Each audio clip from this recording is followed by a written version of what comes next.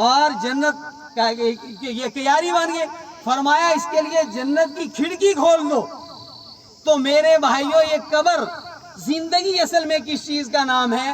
زندگی جب آدمی کو مل جاتی ہے پھر وہ ختم نہیں ہوتی، جگہ بدلتا ہے. وہ ماں کے پیٹ میں زندگی مل جاتی ہے بندے کو، حرکت کرتا ہے، پھر دنیاوی زندگی ہے، پھر قبر کی زندگی ہے، پھر حشر کی زندگی ہے، پھر جنت یا جہنم کی زندگی. فرمایا جب جنتی جنت میں چلے جائیں گے، جہنمی جہنم میں چلے جائیں گے.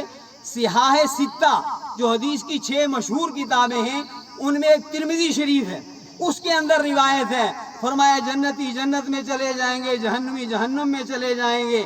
درمیان میں جو جگہ ہے وہاں ایک مینڈھا نمودار ہوگا اور سارے جنتی دیکھیں گے، جہنمی دیکھیں گے.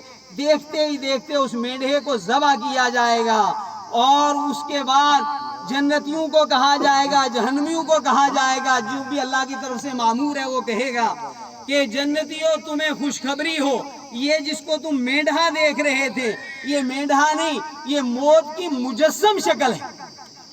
یہ اللہ تعالیٰ نے موت کو جو آج ہمیں نظر نہیں آتی اس کی ایک شکل ہے یہ، اور اللہ کے حکم سے موت کو بھی آج موت آ گئی ہے. اب جنتیوں تم ہمیشہ ہمیشہ جنت میں رہو. اور پھر تنزن کہا جائے گا جہنمیوں کو. بہت ساری مرتبہ آدمی دنیا میں دینداروں کا یا دین کا مذاق اڑاتا ہے، ایک وقت آئے گا ان کا بھی مذاق اڑایا جائے گا. تو کہیں گے جہنمیوں تمہیں بھی مبارک ہو، اب ہمیشہ ہمیشہ رہو جہنم میں. لکھا ہے حدیث پاک میں کہ اگر موت کو موت نہ آ چکی ہوتی تو یہ اتنا المناک، دردناک، غمناک پیغام تھا جہنمیوں کے لیے کہ یہ اعلان سننے کے بعد وہ مر جاتا. لیکن چونکہ موت کو بھی موت آ چکی تو جب بچہ پیدا ہوتا ہے پھر وہ ختم نہیں ہوتا. یہ معاف رکھیں، یہ کفریہ عقیدہ ہو سکتا ہے کہ موت پر زندگی ختم ہو جائے. مومن ہے کہ بے وہ زندگی ہے، پھر حشر کی زندگی ہے، پھر پرصراط سے گزرنا ہے وغیرہ وغیرہ. اور ویسے بھی میں 1 منٹ میں آپ کو بتا دوں کہ جسم انسان 2 چیزوں کا نام ہے، روح کا اور جسم کا.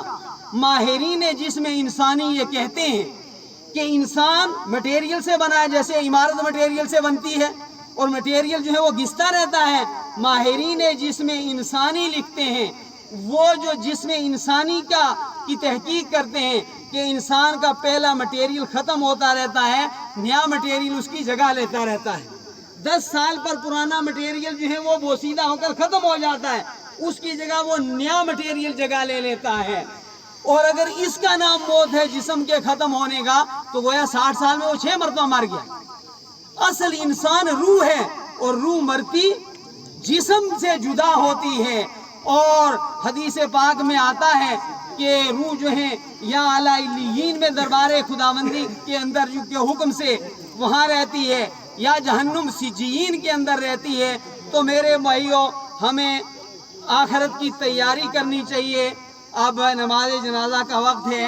نماز جنازہ دعا کرنی ہے میت کے لیے، متوفی کے لیے کہ اللہ اس سے زیادہ مشکل وقت شاید کوئی نہ ہو.